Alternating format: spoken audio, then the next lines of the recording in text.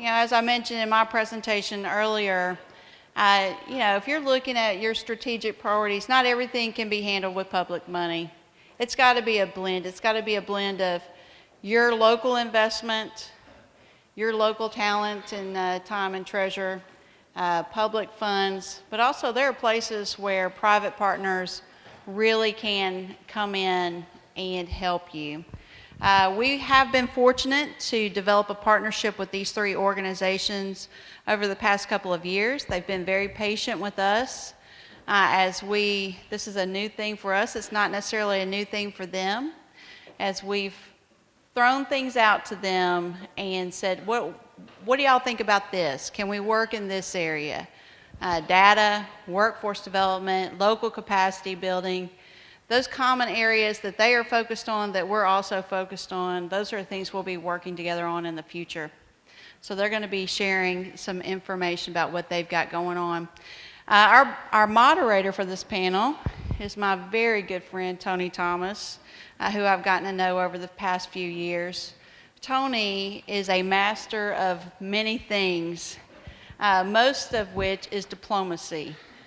The man can bring together friends and partners and find those common linkages like no one I've seen with a grace that not many people have. So we appreciate Tony's friendship and partnership, and I'm going to hand it over to Tony. Thank you, Melissa. Wow. I've never had anyone speak so well of me, so I'm going to make sure I give her my wife's number so she can call her so we can fill her in on some of these great things about me. We're glad that you're here, and I appreciate seeing so many familiar and bright faces in the crowd today. As Melissa indicated, we had a wonderful opportunity this morning to hear from an excellent panel in reference to some of the public dollars that may be available, especially to some of our communities that have gone through an extensive planning process where we've had an opportunity to truly identify areas that we may want to focus on in regards to development within our communities. But as she indicated, it's not always on the public side that we're posed with opportunities for funding related to those identified strategies. And so we're pleased to have with us today Ms. Heather Larkins from the Arkansas Community Foundation, Corey Anderson from the Winthrop Rockefeller Foundation, and I've been practicing this name all morning. All right, and we also have Dr. Karama Neal, who is with us from the Southern Braintree Community Partners.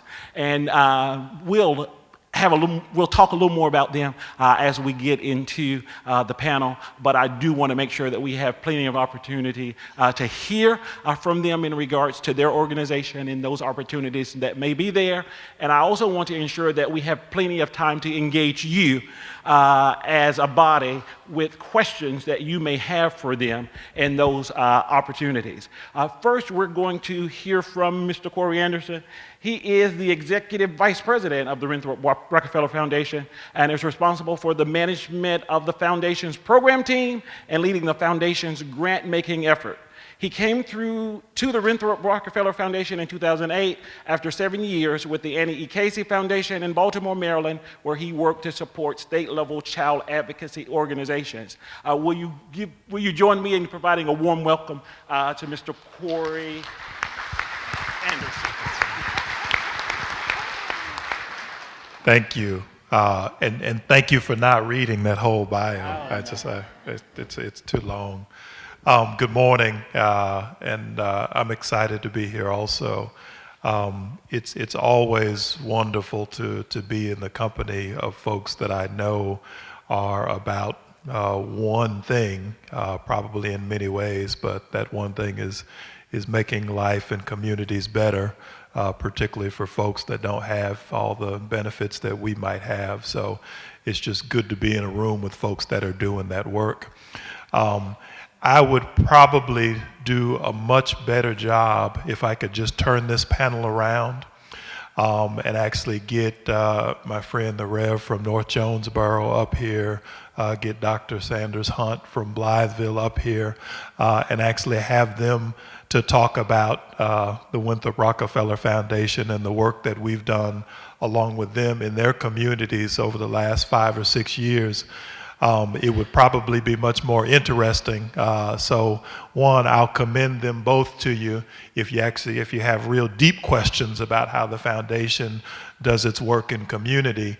But in the couple minutes that I have in terms of introduction, I'll try to give a little bit of a flavor for what we do and why we do it. My guess is that most folks in here are from Arkansas. Just by looking at the crowd, most of us in here are adult plus in years. So I'm guessing most of us are familiar with Governor Rockefeller and what he did in the state. At the foundation, we've got the privilege of carrying on that legacy and focusing on race equity, race economic, and social justice. We also have the privilege of doing that work in a way that puts communities and people first, to the end of changing public policy so that the public resources we have can be invested in communities in ways that make sense. You'll notice I said put communities and people first. When the governor moved to Morrilton, Arkansas, the first thing he did was look down the mountain and think about the education system in Morrilton and build a school. And he didn't just stop by building the school. He said it's not enough just to have a nice school. The teachers in the school have to have the best training. They have to have the best materials. So he helped the community put that together. And we all know that he didn't just stop there. He said we have to build an economy in this state that looks to the future. So he's credited with bringing 50, 60, 70,000 jobs to the state that at that time were in manufacturing, and that facilities that came into many of the communities that you all represent. But he didn't just stop there. He said it's not enough to have a strong economy. It's not enough to have a strong education system if you don't have equity where everybody can be able to take advantage of it. So he was the first governor in the South to make sure that African Americans and other folks had opportunities in leadership, and a lot of us sitting here today benefit directly from that work that he did. So we have the opportunity to build off of a really great legacy. So today at the foundation, we work with the strategic plan called Moving the Needle. And we really focus on the 4 things that the governor was really about. Was that strengthening the education system so we have more folks that have higher skills and they're better qualified to do the jobs of the 21st and 22nd century. We focus on building communities. We know that people live and grow up in communities, so we want strong communities. We focus on strengthening the nonprofit infrastructure. We know that none of us can do this work alone. We need strong nonprofit organizations. And all of those things together, we think if you can do those things well, we can make changes in Arkansas that benefit everybody and not just a few lucky people. What does that mean in communities? Again, if I had my druthers, I'd have my friends from Jonesboro and Blytheville just come up and talk. But what we do in communities is we partner with folks that want to make change. The analogy that I use is that we look for communities where the porch light is on, that it doesn't make much difference what the house looks like, it doesn't make much difference whether it's in disrepair or not, but a place where the porch light's on, meaning a place where there are people that have gathered together and decided that they want to change their community for the better. And then when we go to those places, and again, hopefully my friends from Blytheville and Jonesboro will confirm these things, we go with kind of an agnostic view. It doesn't really matter to us what people start with, what issue they want to work on, where they want to go. The idea is that people are working together and that they're involving people that hadn't been involved before. We really feel like community development is more about developing people than it is about developing buildings. We feel like it's more about developing people than it is about creating jobs, because if you develop the people and engage the people, then the buildings will come, then the jobs will come, then people will get engaged in all of the things that are already out there in a lot of ways. So what we do is we provide support. And again, my friends from Jonesboro and Blytheville will tell you, it takes a long time to get a grant from us. We'll hang out with you for a long time before we actually give you a grant. But all the way along, what we're trying to do is we're trying to provide support. We're trying to help people refine their plans. We're trying to help people refine their ideas. But most of all, we're trying to help them connect with other people. And the reason it takes so long to get a grant from us is because we don't want the Winthrop Rockefeller Foundation to be the only place that you can get a grant from, right? We want you to have ideas. We want you to have a structure. We want you to have a process. We want you to have a vision that other folks, mainly the people in your community, will be willing to invest in. So we spend a lot of time working on those things, and then eventually, maybe, a grant comes. But I think, again, the folks that are here will testify that once we get in it with you, we try to hang in there with you for as long as we can. What we're really after is not, let me put it this way, we're excited about what happens in the communities where we get a chance to work and invest directly. But what we're really after are developing the ideas and the processes and the structures that other communities can use to do the same thing. So we know we've got limited bandwidth and limited resources, so there's only a few places where we're going to be directly. But the reason that we're in those places is because what works in Blytheville or works in Jonesboro may be relevant for Stuttgart or for Fort Smith or DeQueen or Mena or Springdale or Mountain Home or some other community. And so what we're doing is we're trying to develop the ideas and the ways of doing things that work for people that we can then help other communities take on. And probably most importantly, we're trying to develop the ideas and the processes in communities that we can take back to Little Rock, to the state capitol. So when we start talking about how we distribute public resources, when we start talking about how economic development is done from the state perspective, then we can give our policymakers good ideas. So with that, I'll stop, because I could do that all day long. And just say again, thank you guys for being here, and I look forward to answering questions about our work.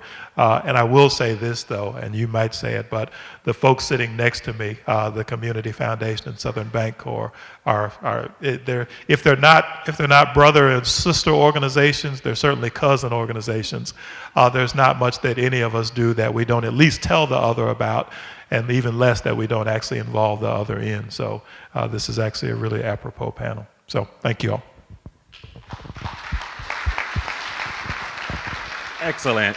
Thank you, Corey, for those comments. And if there's one thing that I've learned with this group, just in the 5 minutes or so that I had with them, they're all quite complimentary of one another. And it does speak well to the wonderful working relationship that I think each of us will see on the ground as they work to deal with issues that we're faced with in the state of Arkansas. So I do applaud them for their collaboration and cooperation with one another as entities in order to ensure that our communities, our organizations have the things that they need in order to be successful on the ground. So I think you'll hear that across the board today, and I appreciate Corey adding those comments there here at the end. Next, we have the president and CEO of the Arkansas Community Foundation, Heather Larkins, who's with us today. Heather joined the Arkansas Community Foundation in 1998 and became its president and CEO in January of 2008. The brief bio there does mention that she is committed to and enjoys engaging people and connecting resources to build stronger communities in Arkansas. And without any further ado, I'll pass the mic to Heather. Thank you, Tony. That's probably for Corey. That's a clapping. Thrilled to be here. It's always wonderful to be in a room full of people committed to their communities and committed to improving Arkansas one community at a time. I have to reiterate what Corey said. As he was speaking, I was thinking the exact same thing.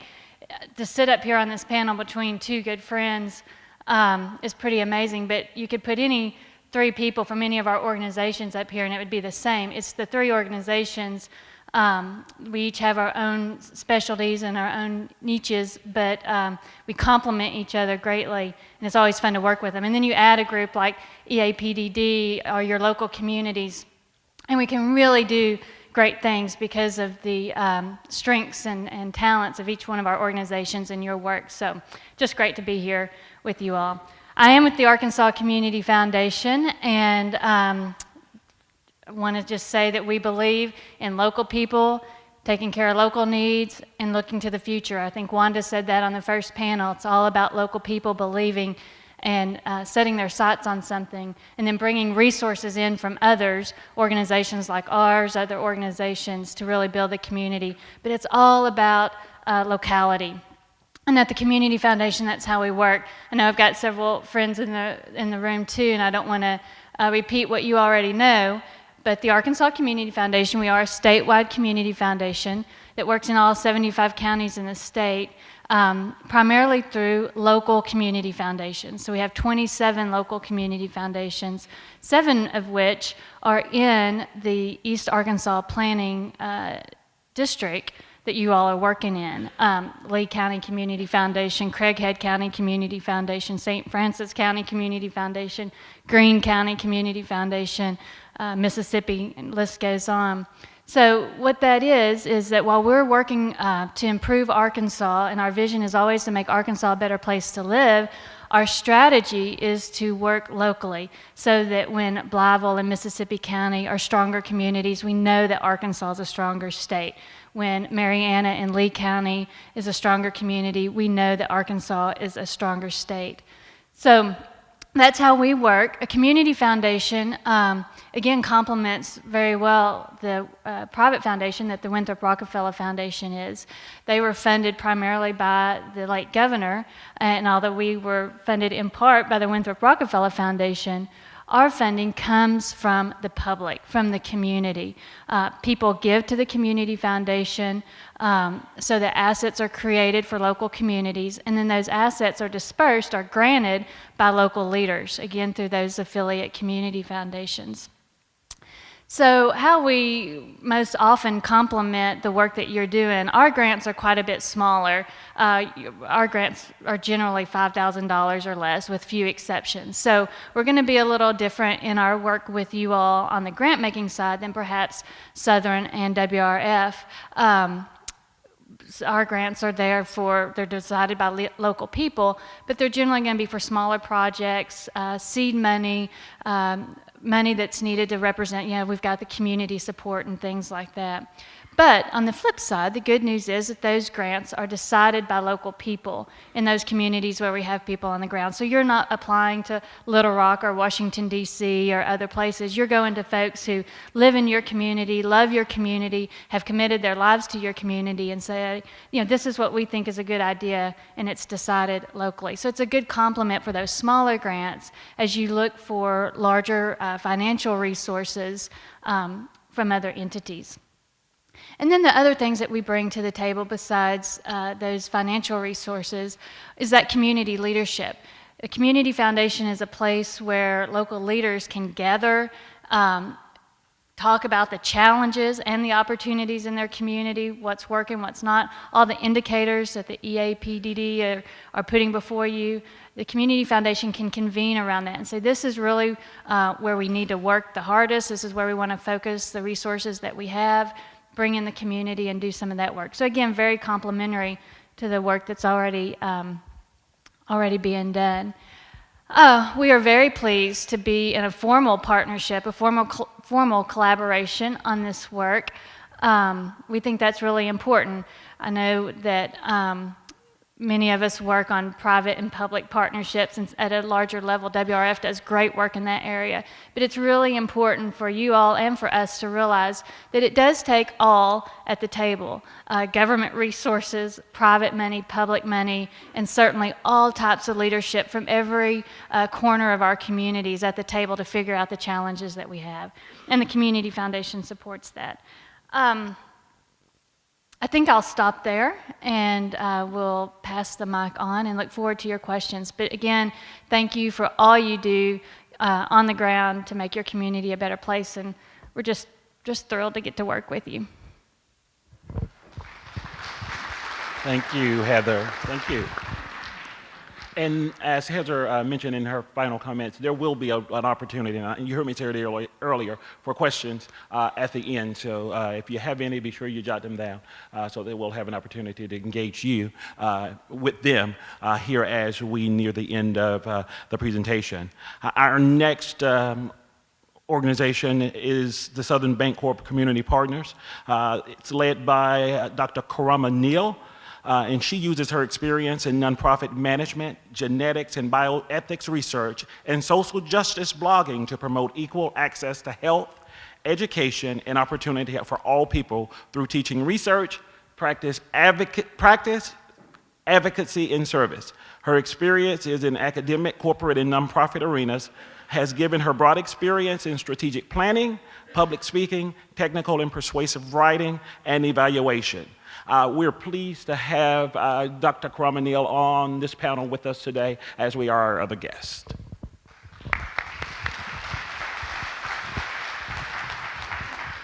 Good morning. So again, a big thanks to EAPDD for organizing this wonderful conference and for inviting us to participate on this panel. It is indeed a pleasure to sit with my colleagues here because we work together in a number of ways, and it's nice to see each other, sometimes outside of Little Rock and some other places too, so very pleased to be here. I want to offer congratulations to all of you for the work that you have done to create the plans that are represented in the packets that we have and some of the more local and regional plans that you have. That is not a trivial effort, and it is very much to be commended, so a big congratulations to you all. Again, a thank you to EAPDD for the work that they've done in organizing that. We were pleased to have worked with them and collaborated with them, particularly on the work in Mississippi County and in Phillips County, Arkansas. We also overlap in our service area in Poinsett County, Arkansas, and so it's indeed a pleasure to be here for that. I also want to commend and thank the prior panel for their comments. It's really critical, that kind of government funding, for so much of the work that all of us do, and our organization is no exception to that. I spoke to Wanda Merritt just a minute ago because she's come and visited our office, and because of the work that they do to support us, and many of the other organizations, agencies that were represented on that panel as well. So again, a big thank you to them. So the key thing I want to share before, I'm going to show you two videos. It was going to be three, but one didn't load, so it'll be two for now, and they're pretty short. But the thing I want to sort of emphasize, we've heard a lot from our colleagues about some of the grant opportunities that they offer. We've heard about grants from some of the public agencies as well in the prior panel. But I would encourage you to think beyond grants. So Southern, just like any number of large institutions and responsible community partners, we provide some level of grants as well. But we also provide loans and other types of investments. And I would encourage you to think about, again, think beyond grants, really for two reasons. One, because layering is really critical. A lot of the projects that you all have in your plans, and we've seen those plans, we work on planning as well, these are big projects. And it's going to be the rare opportunity where one grant is going to be able to fund the whole thing. It's going to be the rare opportunity when you have even just a number of only grants that are going to fund the whole thing. There's going to have to be time. There's going to have to be other kinds of investment. There may have to be loans or other kinds of investments that help bring that whole project together in a layered format. So I think that's a really critical thing. We've heard it again now on both panels, people mentioning those kinds of multiple inputs into the projects. The other reason that this is important, again, to think beyond grants, or think in addition to grants, is to recognize that the need, in a lot of cases, is both short-term and long-term. So if you're going to have a project that's going to go on for a longer period of time, it's got to be sustainable. And in a lot of cases, you may be able to get a grant one or two times, but you may not be able to get it for the entire time. Just because there is so much need in the places that we work. And so it's important to think about sustainability and think about the ways in which there may be other ways to fund that work. And so I want to show you just briefly now a couple of videos that illustrate what some folks have done, and both of these are in the EAPDD district, and so I'm happy to share them with you. The first one is Matt Inman, who is a developer in Helena. I'll just let him tell his story. Hopefully now. Ever since I was little, I just remember coming down here with our parents, depending on, coming to some stores or whatever, and I just so intrigued by these buildings, and I always said, well, if I can, if I ever get a chance, I'd love to have one. I want something that will draw people down here, and that's going to help with that energy. I would love for a restaurant or something like that for someone to come in and do something. There's no social scene whatsoever. Southern's the one that's doing it. They're the ones that are cleaning up and these lots and these burnouts and all that. They're investing their money in that, which makes my property more valuable. I'm just glad that they're willing to take the risk and believe in me. And the main goal and where this energy is coming from is the people loaning this money, whether they're willing to take the risk with people of the community to do this. You don't see anybody else up and down the street trying to help out this town, any bank-wise like that. So since I've done my project, there has to be at least 8 to 9 buildings on this street. Our people's projects are starting. You know, there's side streets that I never would have thought, and that's just since my project started. And they're all customers right down the street. You know, they're customers with Southern. The energy is building. In 10 years, I think the majority of these buildings will have someone in them. The morale is getting better. It's not as dark and gloomy as it was, you know, 5, 6 years ago. You know, and that's the main, you know, that's the main deal why I did it.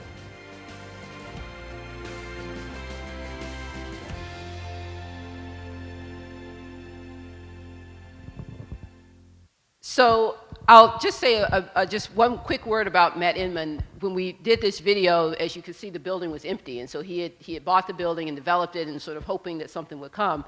Well, I got an email, I think it was earlier this week, that said that an interior designer has decided to move into the bottom floor of his building. So this is becoming a real an engine, you know, it's beginning to make a difference in downtown Helena. So we're very pleased about that. The next video I was going to show you was of a woman who runs Dawson Employment Services in Blytheville, who has gotten working capital from Southern, and she talks about that work, but for some reason it wouldn't load. So I want to invite you all to visit banksouthern.com/stories. You'll see a number of videos there, including the one from Dawson Employment Services and the other two that you'll see this morning. But there are a number of stories. And again, I think the key there is thinking about all the different kinds of ways you can put together the project, put together the financing for the project in creative ways that will allow you to get what you need done now and allow it to be sustainable for the future. So the next one then is Hoffinger Industries. This is the last one. Again, Hoffinger is a company in Helena, and I'll again let them tell the story. Doughboy Recreation, which is our largest sales division of Hoffinger Industries, we manufacture the world's highest quality above ground swimming pool. This is a complete pool, liner, filter, ladder, just add water. If it goes in a swimming pool, it's manufactured here. We're very vertically integrated. The Doughboy trademarked name is highly sought after. It's the most recognized name in the swimming pool industry. We had a lot of interest from outside companies, especially from Canada and from Asia, to buy the Doughboy recreational brand. They needed our tooling and our brand name, and most likely would have taken the assets of the company and relocated them to their manufacturing facilities either in Canada or offshore. So Mr. Hoffinger wanted to keep manufacturing here. After he passed away, the shareholders got with me to orchestrate a buyout from the Hoffinger family. The principals of Southern knew that it was very necessary, and they had a desire to keep this facility and this factory and keep these jobs here in Helena, Arkansas and in Phillips County. So it became a top priority for Southern Bancorp as well. I didn't have to go anywhere else. I brought the leaders of the community and the bank right here in this table and said, gentlemen, we've got to keep this manufacturing here. Due to that meeting with Southern Bancorp and with Arkansas Capital, we were able to convince the former owners that we were the best suitors for Hoffinger Industries. In all likelihood, this business would have been sold, this would be a vacant building. We're able to keep the factory here and keep the jobs that have been located here in Phillips County right here at home. So very fortunate to have Southern Bancorp to be able to understand our needs and work with us. The good support of a bank is vital to a community, it's vital to the business, it's vital to the employees. We just don't see our bankers once a year, we see them out in the community all the time. The more the bank understands our business, the greater success that both the bank and our company has. The roots of a community bank are still vital to America. And you know, we get in these big banks, and with everything going internet, you know, you don't see a face, or potentially don't see a face. With the software right on our phones, we can do our banking, but yet the bankers still tell you, we want to make sure we see your face and come by and see us. And I think that's important. It's still what made America great.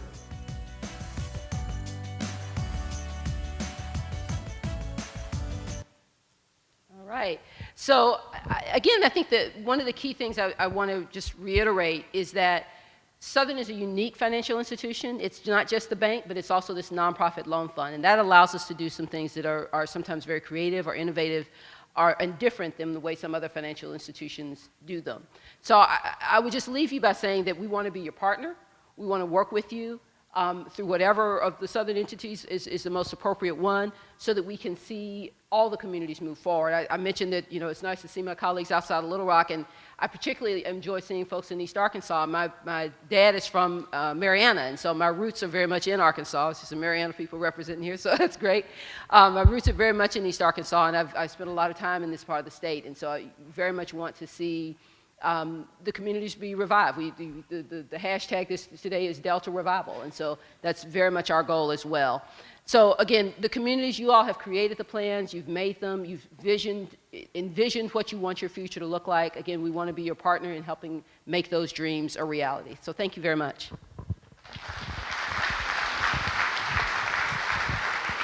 We do appreciate each panel member here and the insight that they have provided us in regards to their organization.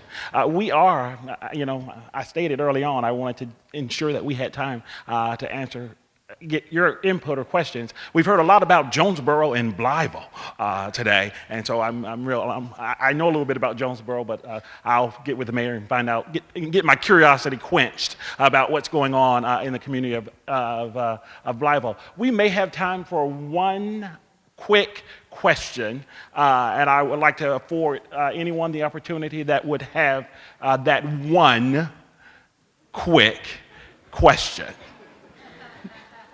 All right. Is it Nelva? Nedra.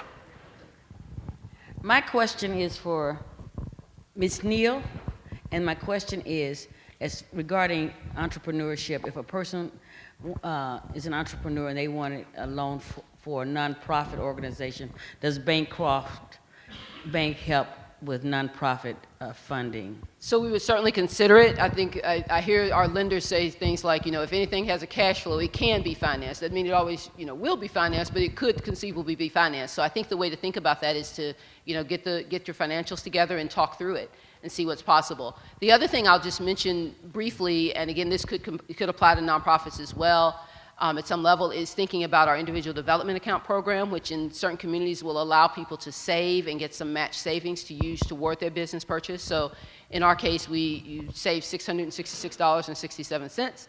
And again, if you're eligible by income and other qualifications, if you're eligible for that program, then and you take 12 hours of financial education, then you can get $2,000 to be used towards that business development plan. That can also be used for home ownership and for higher education. Thank you. Mm-hmm.